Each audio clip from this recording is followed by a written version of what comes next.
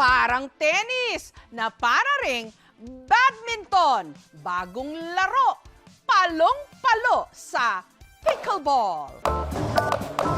Ito ang larong gumagawa ng ingay ngayon. Hindi lang sa mga senior citizen. Gen Z.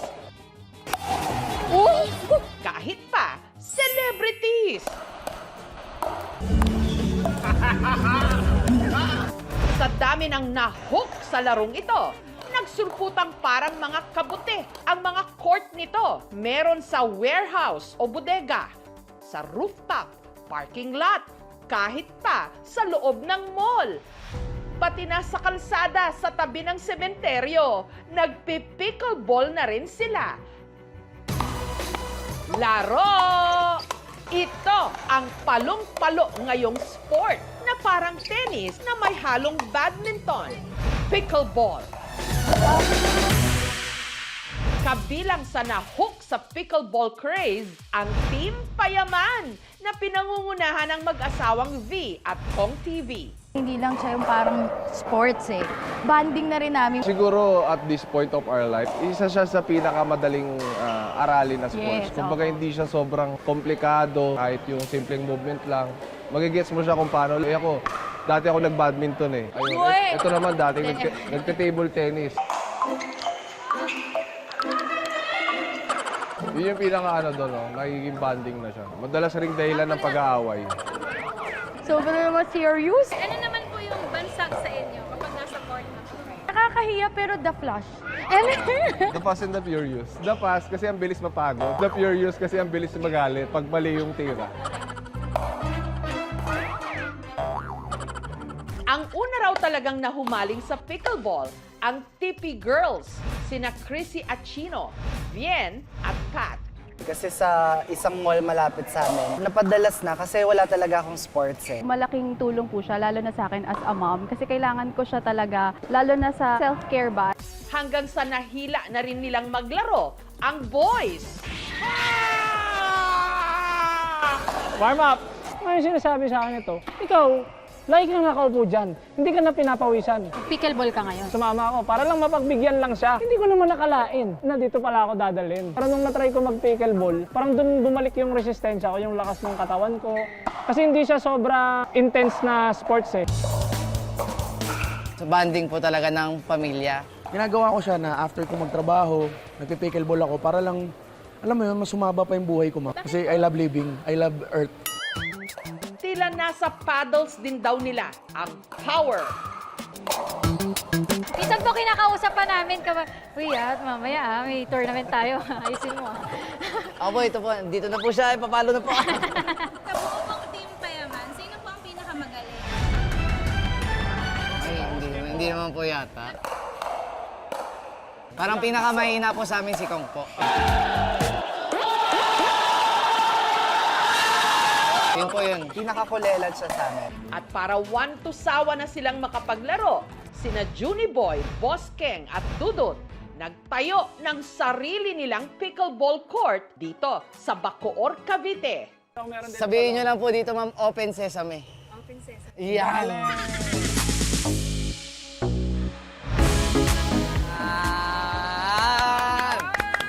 So, meron po kaming 3 courts dito, ma'am. 1, 2, and court 3. Ayan, simple lang po siya. Ang nagastos daw nila sa renovation, tumataginting na 800,000 pesos. Punta po kayo dito sa court Opo. namin. Opo, nang makabawi-bawi naman po sa pagpapagawa. Ganda. Ganda! Pinaparent po namin siya ng 500 per court po. Sa open play po, ma'am, 250 per head po. Dito kasi, mas masaya yung mga staff, yung pag-welcome nila sa mga player. Sa akin, pickleball is for everyone. Wow! Hindi sa akin galing yon.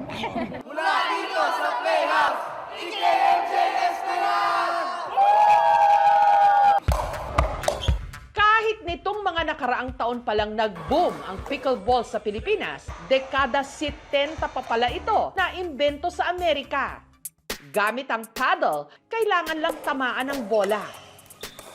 At mapupunta sa kabilang court nang hindi sumasabit sa net o lumagpas sa linya. May tinatawag po tayong traditional na scoring. Kapag nag-serve ang team at itong kalaban nila hindi pumasok yung bola, yung punto ay mapupunta sa kanila. Now, sa rally scoring, ang pinagkaiba, basta namatay na yung bola, punto na ng kabila. Dahil napakasimple lang ng laro, marami tuloy na hook. Ang mga pickleball player dito sa Las Piñas, sa warehouse o bodegang ito nagkikita-kita. Sa loob kasi nito, tatambad ang hile-hilerang pickleball courts. 100 sa mga ito, regular at premium courts, habang 2, championship courts. Suma total, 14 pickleball courts. Ito ang itinuturing ngayong pinakamalaking pickleball facility sa Pilipinas. I come here to Della Park to have my dose of dopamine levels twice a week. Ang pickleball heaven na ito, negosyo ng magkaibigang Long, Nel at Mark na nagsimula rin daw bilang pickleball enthusiasts. Naisipan namin na why not share it to other people para magkaroon kami ng community since nakikita rin namin dumadami yung mga players. We're happy to cater as much players as we can. Eh, kamusta naman kaya ang kita sa ganitong negosyo? In terms of ROI, I think we're doing pretty well. We pray that it's gonna be ROI for the next 18 months. Ang asset naman ng atleta at ngayon content creator na si Eruption, ang kanyang fit na katawan. Pero lahat ito nagbago nang si Eruption na aksidente. Dahil sa tinamo niyang injury sa kanyang tuhod, pansamantala siyang natigil sa pag-workout. Pero ngayong unti-unti na siyang nakakabalik sa pagiging active. Ang isa sa napili niyang pampapawis, pickleball. I had surgery here a year and a half ago. So habang nagpa-pickleball ako, kahit 3 hours, 4 hours, 6 hours, hindi sumasakit. Impluwensya raw ito ng kanyang misis na si Rona. And we just started hitting the ball lang. And then after that, sabi ko, parang ayoko na. 2 months ago.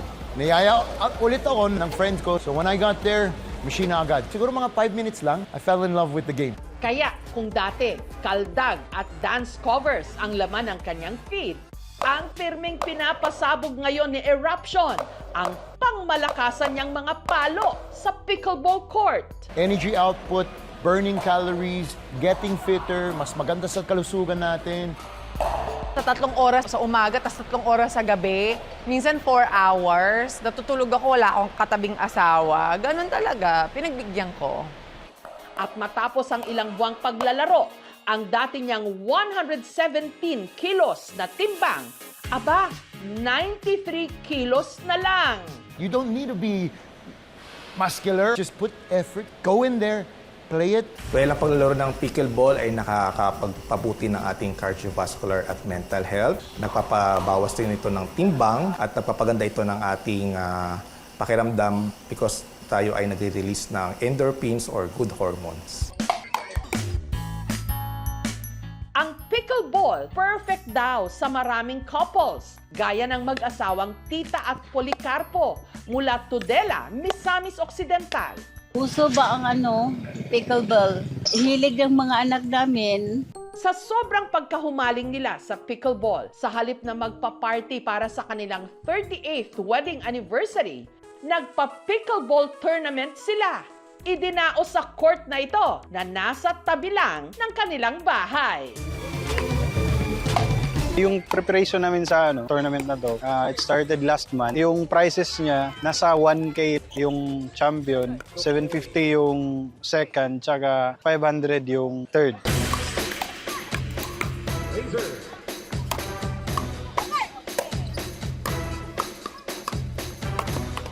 At ang nag-uwi ng kampyonato,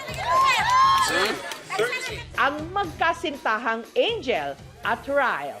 Overwhelming po kasi hindi rin namin inaakala na mananalo kami. Siguro po, ma'am, yung napanalunan namin, pagbabayad namin sa renta ng court para makapaglaro pa kami. Pero ang pickleball, hindi lang pampamilya, pang-esports pa. Ang nursing student mula Tawi-Tawi na si Fatima, dating tennis at soft tennis player, hanggang sa niyaya raw siya ng kanyang dating tennis partner, ang tubong Zamboanga del Norte na si Nick, na subukan ding mag-pickleball. I wanted to try and see where this new sport would take me. And so I started training seriously. We realized na we work better together. So we tried na mag-partner sa tournaments. Hanggang nag-join na rin sila sa pickleball tournaments abroad. We first competed sa Bali po internationally, which was the World Pickleball Championships. I won gold.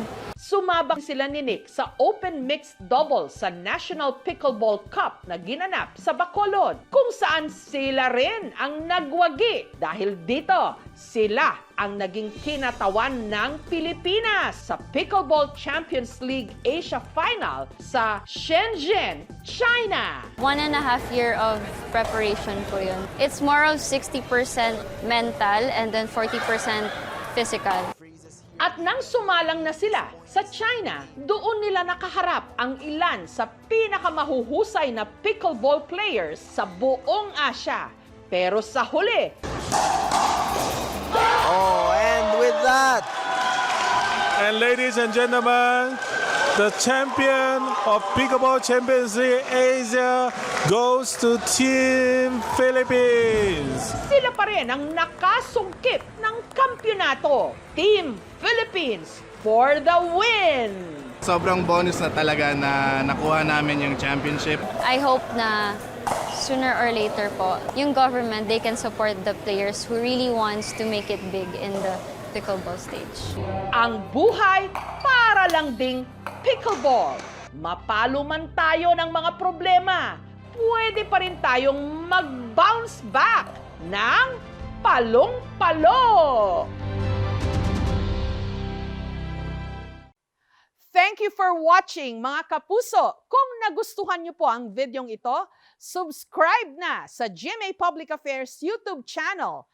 And don't forget to hit the bell button for our latest updates.